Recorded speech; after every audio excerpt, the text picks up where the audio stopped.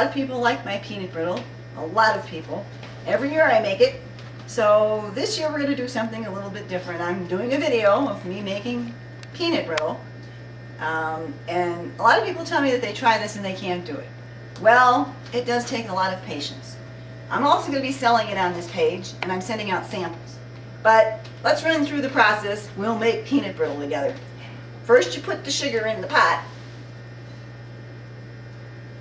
Then you put in the water in the pot. It's a 1/4 cup of water. And then we're going to put in corn syrup in the pot. Is it 1/2 cup of corn syrup? Might bring it closer. And I'm scraping all the corn syrup out of the thing. And I'm going to turn on the stove. Oops. And the first thing you got to do is stir it and let it cook for a little bit.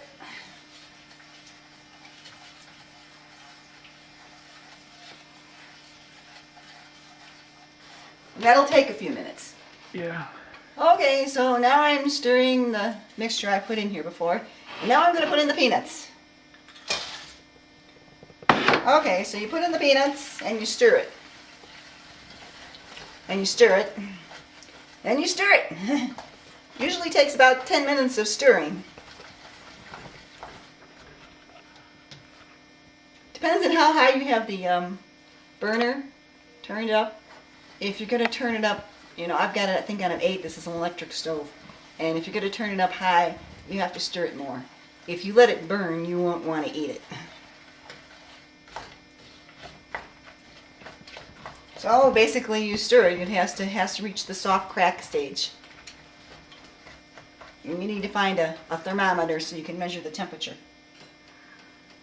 And that would be something like this. So now all I'm going to do is stir for about 10 minutes. And yes, it takes 10 minutes per batch.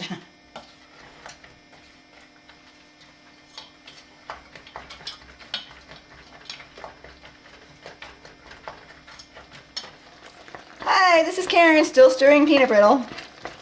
It gets quite hot. It takes about 10 minutes to 12 minutes a batch to stir this.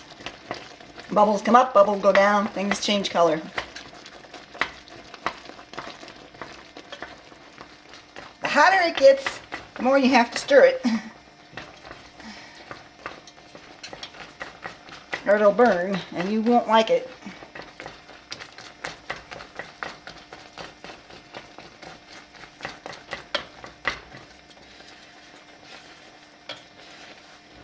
And yes, I do this with every batch I make.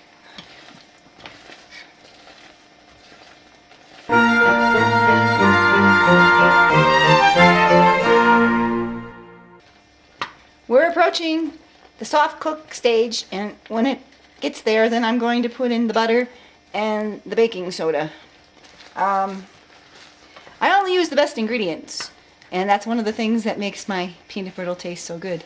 Now, there's different kinds of nut brittle that you can make, but I've never found one to be as good as the peanut brittle, and neither has anybody else that's made it with me. Okay, I'm putting in the butter. And we're putting in a tablespoon of baking soda. Take it off the stove or it'll burn. Now I'm going to stir it. And the butter will melt. Notice that I'm using a wooden spoon. Okay, then I'm going to go pour it. Now we're going to pour the peanut brittle.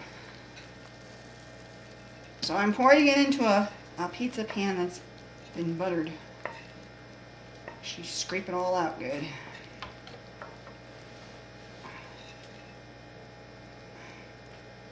By the way, the pan, if you just go stick it under water and run it, all the mess will come out. Now I take a butter knife and spread it.